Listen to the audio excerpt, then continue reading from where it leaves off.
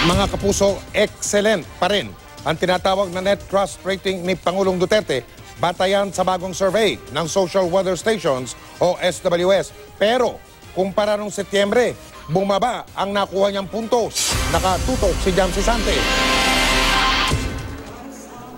8 sa 10 Pilipino ang malaki ang tiwala kay Pangulong Duterte ayon sa pinakahuling survey ng Social Weather Stations na inilabas ng pahayagang Business World.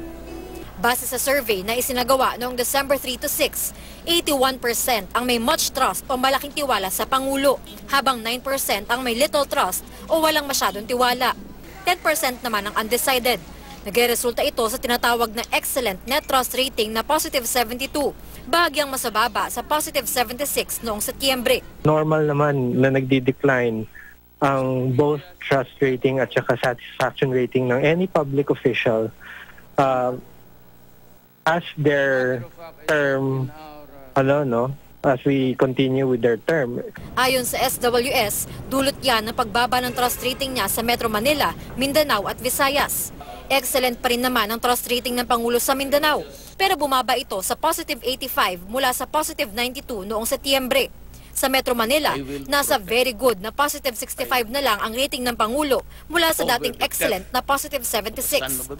Very good na positive 69 na lang rin ang rating ng Pangulo sa Visayas, mas mababa sa excellent na positive 73 noong Setyembre.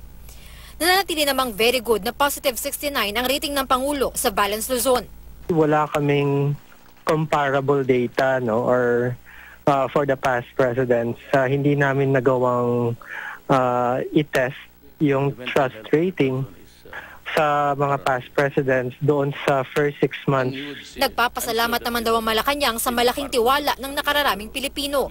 Ayon kay Presidential Communications Secretary Martin Andanar, pinalalakas ng survey ang determinasyon ng administrasyon na makamtan ang layuning magkaroon ng Pilipinas na walang iligal na droga, krimen at katiwalian sa serbisyo publiko.